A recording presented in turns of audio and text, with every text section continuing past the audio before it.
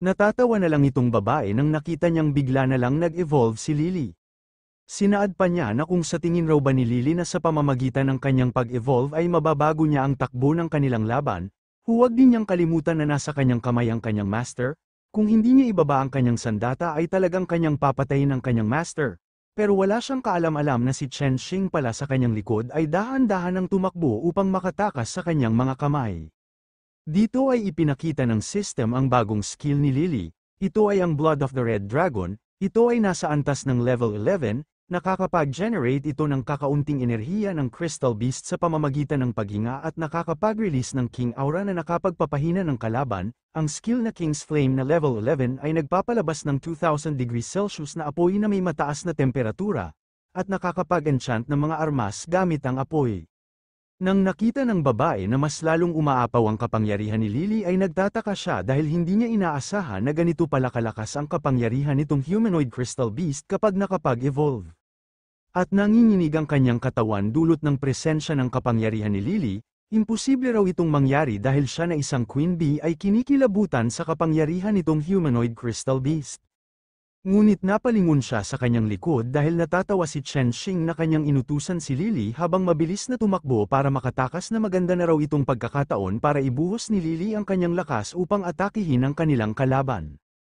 Nang mabilis na papasugod si Lily upang kanyang atakihin ang babae at ang kanyang alagang Crystal Beast ay inutusan naman itong babae ang kanyang Crystal Beast na kanyang patamaan ang kanyang skill na Fire Explosive Flying Needle ang humanoid Crystal Beast upang hindi ito makalapit sa kanila. Pero kahit nakita ni Lily na papalapit na sa kanya ang atake ng Crystal Beast na kanyang kalaban ay makikita sa mga mata nito na diretso lang ang kanyang tingin na hindi man lang nakaramdam ng takot sa pinakawalan na atake ng kanyang kalaban. Samantalang itong babae na Queen Bee ay masyadong nagulat sa ipinakitang kapangyarihan ni Lily, na kanyang nasabi sa kanyang sarili na ang lakas raw nitong humanoid Crystal Beast ay mas lumakas pa ang kanyang kapangyarihan hindi katulad ng bago pa siya nag-evolve. Sa tingin raw niya sa lakas nitong humanoid Crystal Beast ay parang nag-evolve siya sa 2 level. At dito ay pinakawalan na nga ni Lily ang kanyang bagong skill na ang Fire Breath, sa lakas nito ay hindi na nagawang makaiwas ang ninth level na Crystal Beast na alaga nitong babae na Queen Bee. Nang tuluyan ng nawalan ng malay ang Crystal Beast na ninth level na si Needle Stinger, ay sinigawan ni Queen Bee silang dalawa na huwag raw muna silang magmalaki sa kanilang panalo dahil mayroon pa siyang ibang alaga na Crystal Beast na maaaring ipangtapat sa kanila. Ngunit napatigil sa pagsasalita itong si Queen Bee nang mayroon siyang nararamdaman na kakaibang presensya galing sa ibang nilalang, dahil sa presensya na kanyang nararamdaman ay lumabas ang pawis sa kanyang mukha dahil sumabog sa kanyang likod ang malakas na aura, kaya napapatanong na lang siya na kung kanino raw ba nanggaling itong malakas na kapangyarihan na kanyang nararamdaman. Sa hindi niya inaasahan dahil ang malakas na kapangyarihan pala na kanyang nararamdaman ay nanggaling nitong ina ng Twin-Tail Beast na masyadong nagalit sa pagkidnap sa kanyang anak. Nang nakita ni Queen Bee na sa Twin-Tail Beast pala galing ang malakas na kapangyarihan na kanyang nararamdaman ay hindi siya makapaniwala na kanyang natanong kung ang Twin-Tail Beast raw ba ay kanilang tinulungan itong kanyang nakalaban. Nang nalinawan na si Queen Bee sa mga nangyari ay nawala ang takot at pagkabigla na kanyang nararamdaman bagkus kanya lang sinabi sa dalawa na sa tingin raw niya ay mayroon pang isang Crystal Beast na tutulong sa kanila, upang magawa nila siyang matalo. Sabay nagpalabas ito ng kanyang malakas na aura sa kanyang katawan maging si Chen Xing at si Lily ay nagulat sa lakas ng kapangyarihan ni Queen Bee na ipinakalat sa buong paligid, sinaad pa sa kanila ni Queen Bee na sa ngayon raw ay tatanggapin muna niya ang kanyang pagkakatalo. Pero sa susunod nilang pagkikita ay hindi na niya sila pagbibigyan. Nang tuluyan ng naglaho si Queen Bee ay nasabi na lang ng ating bida na kung binabantaan raw ba sila ng babae na yon, ang isang kontrabida ay alam din pala kung kailan dapat aatras. Pero nagulat silang dalawa ni Lily dahil biglang lumapit sa kanila ang Twin-Tail Beast na para bang mayroong sinasabi sa kanila. Kaya ipinaliwanag ni Lily kung ano ang sinasabi sa kanila ng Twin-Tail Beast. Paliwanag pa niya sa kanyang master na iniligtas raw nila ang isang batang galing sa kanilang tribo, kaya masyado siyang nagpapasalamat sa kanilang ginawa, at gusto din niya na imbitahan sila doon sa kanilang teritoryo. Dahil sa paliwanag ni Lily sa kanyang master ay tinanong siya ni Chen Xing kung talaga raw ba na kanyang nauunawaan ang mga sinabi ng Twin-Tail Beast, ayon naman sa kanya ni Lily na nakuha lang raw niya ang pangkalahatang kahulugan na tinutukoy ng Twin-Tail Beast. Sabay tinanong ni Lily ang kanyang master na kung tatanggapin raw ba niya ang alok sa kanila na imbitasyon, Tugon naman sa kanya ng ating bida na kinakailangan raw nila siyang sundan dahil nakita niya na taos-puso silang iniimbitahan papunta sa kanilang teritoryo. Bukod pa dito bihirang pagkakataon ang pagbisita sa isang tribu ng Crystal Beast, baka makahanap din sila doon ng hindi nila inaasahan na kayamanan. Makalipas ang ilang sandali ay dumating na nga sila kung saan ang teritoryo ng Fox Demon Tribe. Napapatanong na lang itong si Chenxing na kung ito na raw ba ang teritoryo ng mga Twin-Tail Beast. Nang tuluyan na silang nakapasok sa teritoryo ng mga Twin-Tail Beast ay lubos silang humanga dahil nakita nila dito ang malawak na tanawin, at sa gitna nito ay mayroong maliit na bukal na mayroong malaking rebulto ng Twin-Tail Beast na para bang kanilang ninuno. Nasabi na lang nitong ating bida na hindi raw talaga niya inaasahan na mayroon palang ganito kagandang lugar na nakatago dito sa kagubatan, hindi pa raw ito nasali sa mapa ng kanilang association. Ngunit nagulat sila dahil bigla na lang umatake sa kanila ang maraming mga Twin-Tail Beast upang sila ay atakihin, kaya napasigaw na lang itong ating bida na kung ano raw bang nangyari sa kanilang lahat. Hindi raw ba alam ng mga Crystal Beast na ito na welcome sila dito? Sagot naman sa kanya ni Lily na dahil siguro sa mga masamang tao na kanilang nakita noon kaya ganito ang kanilang ugali kapag nakakita ng mga tao. Pero napatingin si Chenxing maging si Lily sa pinuno ng mga Twin-Tail Beast dahil galit na galit ito sa ginawang kilos ng kanyang mga kauri, sabay umatungal ito ng napakalakas na halos maririnig sa buong gubat. Dahil dito ay nanginginig na lumuhad itong mga Twin-Tail Beast na umatake sana sa ating bida at kay Lily.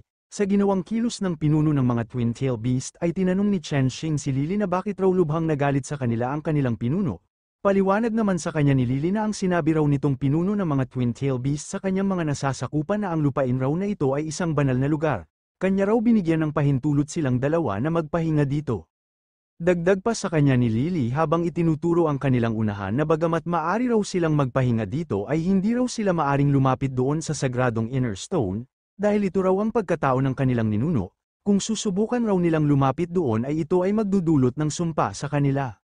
Sa paliwanag ni Lily ay pinasangayunan naman ito ng ating bida, dahil sa katunayan hindi naman siya nahuhumaling sa napakadelikado na ganyang staff.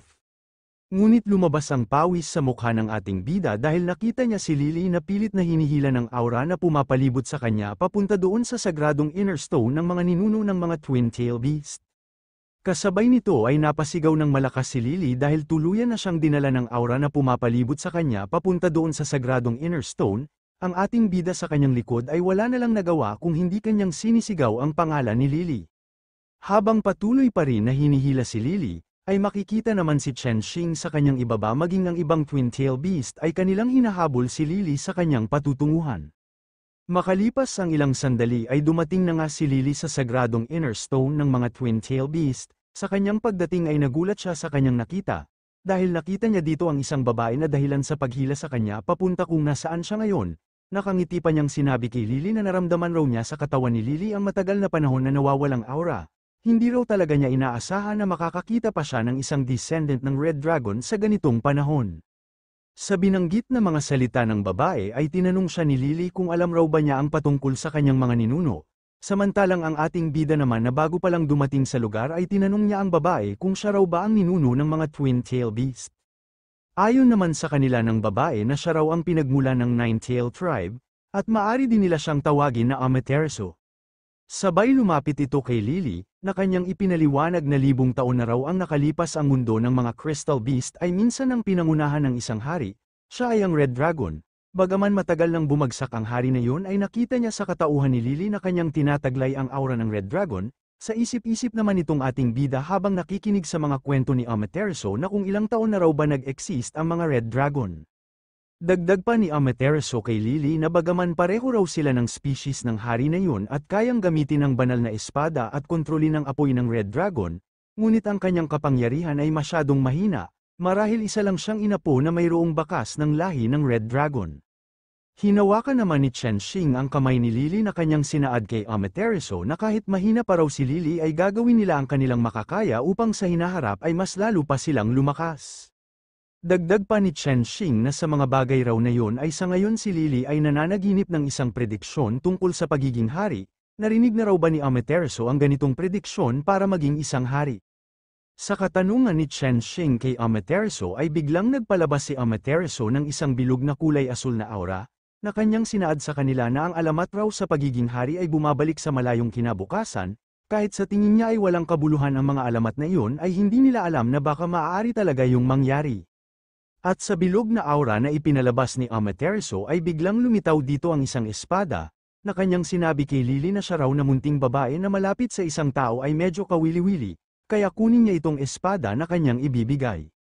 Dito ay ipinakita ng sistema ang kakayahan nitong espada. Ito ay ang item na Lord level na Crystal Beast na ang Torrent Sword.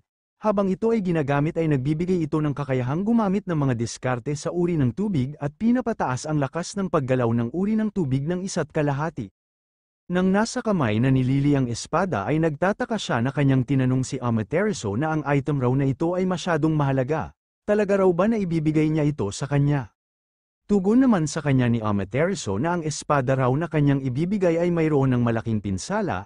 Hindi na ito katulad noong kanya pa itong ginagamit noong nasa prime pa siya sa kanyang kapanahunan. Kung kanya lang itong itatago ay mawawalan ito ng pakinabang. Isipin na lang raw ni Lily na ang kanyang ibinigay ngayon ay ang kanyang investment para sa hinaharap na isang hari.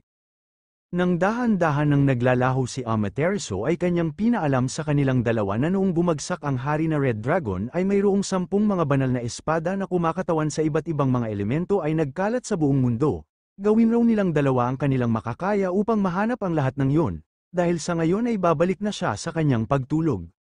Nang tuluyan ang naglaho si Amaterasu ay napapaisip itong si Chen Xing na ayon raw sa kanyang pagkakaintindi sa huling mga sinabi sa kanila ni Amaterasu na ang kanilang paghahanap sa 10 mga banal na espada ay magpapatibay kay Lily upang mas lalo pa siyang lumakas. Makalipas ang ilang oras ay dito makikita si Lily na kanya nang sinubukan ang kakayahan nitong kanyang bagong espada na ibinigay ni Amaterasu, ngunit sa hindi inaasahan dahil kanyang tinamaan itong dambuhalang Crystal Beast. Dahil dito ay masyadong nagulat si Lily na hindi niya alam kung ano itong nangyari dahil sa kanyang itaas ay bigla na lang lumitaw itong dambuhalang Crystal Beast na galit na para bang gusto na niyang patayin si Lily. Sa nangyari ay masyadong nag-alala si Chen Xing dahil itong si Lily ay sumisigaw ng malakas na humihingi ng tulong sa kanyang master. At agad na tumalo ng napakataas si Chen Xing upang kanyang kunin ang kamay ni Lily na kanya itong pinapahinahon na huwag itong matakot.